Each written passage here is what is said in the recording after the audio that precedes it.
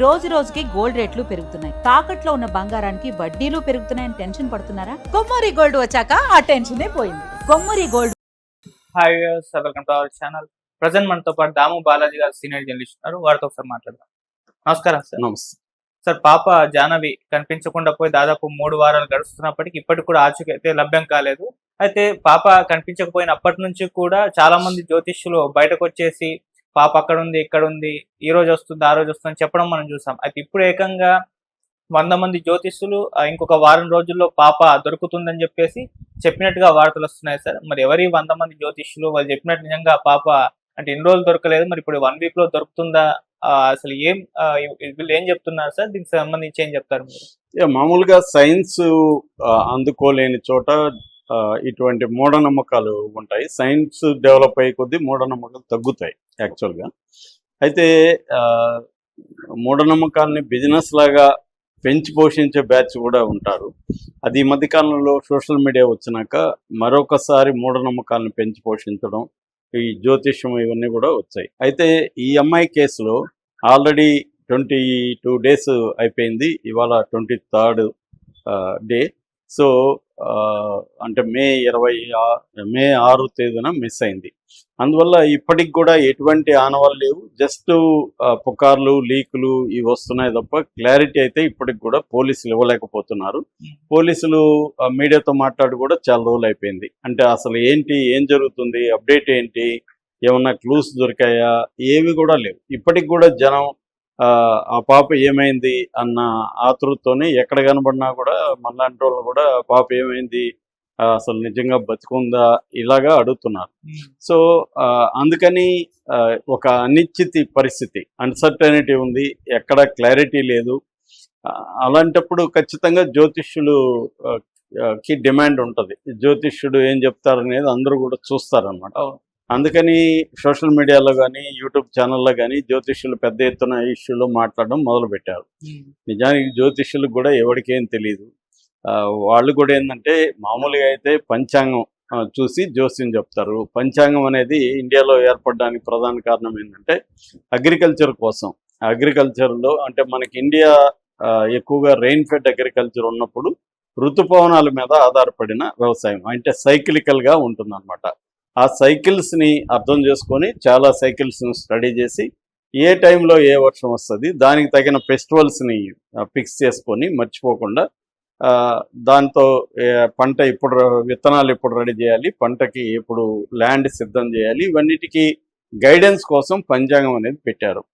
So దాన్ని రాసులు, గ్రహాలు ఇవన్నీ దానికోసమే పెట్టారు. అది మెల్లమెల్లగా ఏమైపోయిందంటే మనుషుల ఫ్యూచర్ని ప్రిడిక్ట్ చేయడానికి దీన్ని వాడడం మొదలైంది. అంటే మన జీవితాల్లో ఎప్పటి నుంచైనా కూడా చాలా విషయాల్లో అన్సర్టనిటీ ఉంటుంది. మనకు ఉద్యోగం వస్తుందో రాదో తెలీదు, మనకు వచ్చిన హెల్త్ ఇష్యూ ఎప్పుడు నయమవుతుందో తెలీదు.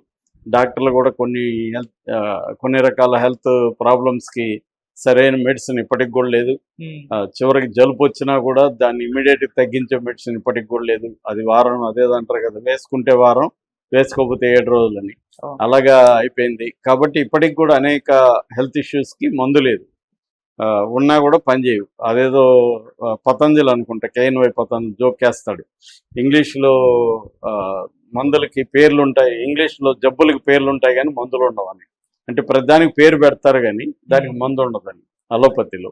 సో అలాగా ఒక అనిశ్చిత పరిస్థితి ఉంటుంది. కుటుంబ కలహాలు ఉంటాయి, ఫైనాన్షియల్ ప్రాబ్లమ్స్ ఉంటాయి, హెల్త్ ఇష్యూస్ ఉంటాయి. ఇలా వీటన్నిటిలో ఒక అనిశ్చిత ఉంటుంది. కాబట్టి ఈ ప్రాబ్లమ్స్కి సొల్యూషన్ తెలియనప్పుడు మనం జ్యోతిష్యుల్ని దగ్గరికి వెళ్తాం. అంటే సొల్యూషన్ వాళ్ళు ఏమన్నా చెప్తారేమో అని. అట్లాగే దానికి పరిహారం అంటారు.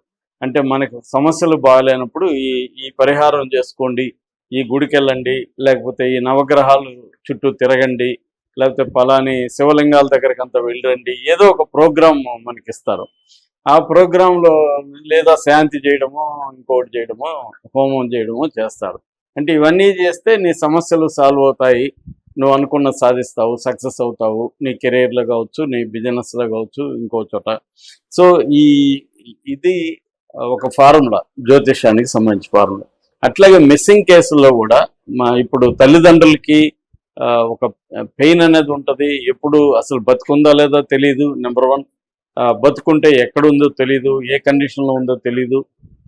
నెంబర్ 3 ఏంటంటే ఎప్పుడు వస్తుందా రాదా, వస్తే ఎప్పుడు వస్తుంది, ఇవి తెలుసుకోవాలని ఉంటుంది.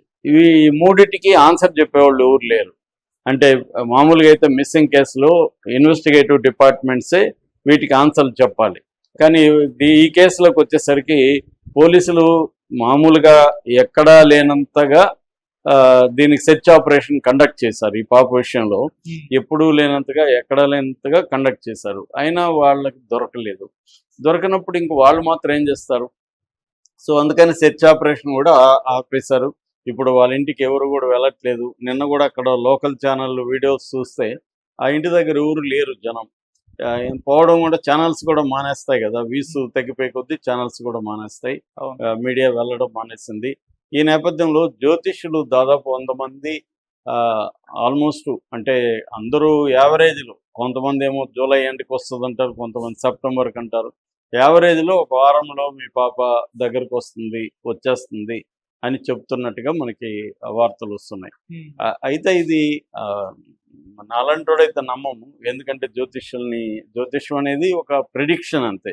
ఆ ప్రిడిక్షన్ దేని మీద బేస్ చేసి చెప్తున్నావు, నీకున్న ఆధారాలు ఏంటి, ఇది ఎలా సాధ్యమవుతుంది, అవేమీ వీళ్ళు చెప్పలేరు. ఫలాని తూర్పు దిక్కులో వెళ్ళిందని ఒకటి చెప్తాడు, ఇంకోటి ఉత్తర దిక్కులు వెళ్ళింది 300 కిలోమీటర్లు అని ఒకటి చెప్తారు, 100 కిలోమీటర్లు అని ఒకటి చెప్తారు. జ్యోతిష్యుల్లోనే ఏకీభావం ఉండదు. ఎందుకంటే ఎవడికి నచ్చినట్టుగా వాడు ప్రెడిక్ట్ చేస్తుంటాడు, దానికి ఏం ఆధారాలు ఉండవు. సైన్స్ అంటే మనం ఎవిడెన్స్, ఆధారాలు అడుగుతాం. జ్యోతిష్యానికి ఏముంటుంది ఎవిడెన్స్? వాడేదో అదే గురుడు 12వ ఇంట్లో, శుక్రుడు 3వ ఇంట్లో, శని 4వ ఇంట్లో ఉన్నాడని ఏదో నోటికి చెప్తాడు.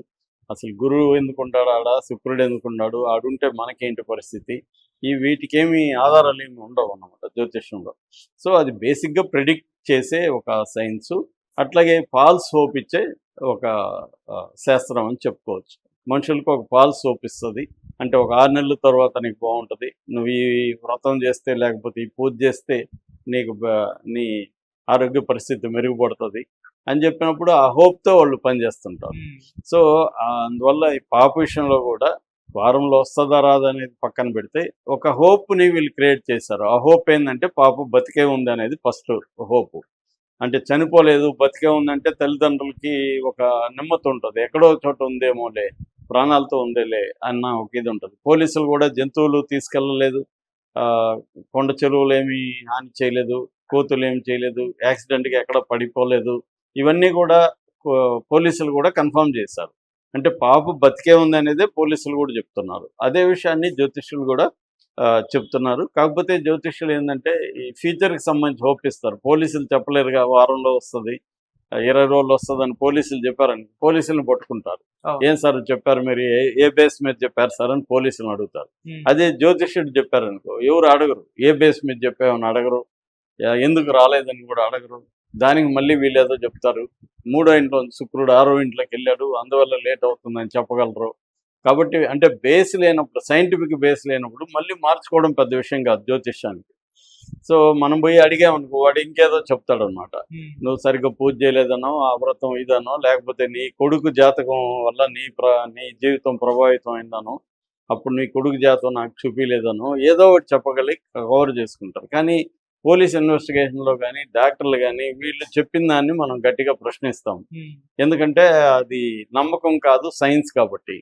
అందువల్ల నమ్మకాల మీద, మూఢనమ్మకాల మీద నడిచే జ్యోతిష్యం అనేది ఎందుకు చెల్లుబాటులో ఉంటుందంటే దాన్ని ఎవడు గట్టిగా ప్రశ్నించడు. ఎందుకంటే దాని పునాదే ఎవిడెన్స్ బేస్డ్ కాదు, ప్రూఫ్ బేస్డ్ కాదు కాబట్టి ప్రశ్నించరు. సో ఆ రకంగా ఇప్పుడు 100 మంది జ్యోతిష్యులు చెప్పినా, 1000 మంది జ్యోతిష్యులు చెప్పినా అది ఒక గాల్లో వేసే బాణం తప్ప అంతకంటే ఏమీ కాదు. Okay, thank you so much.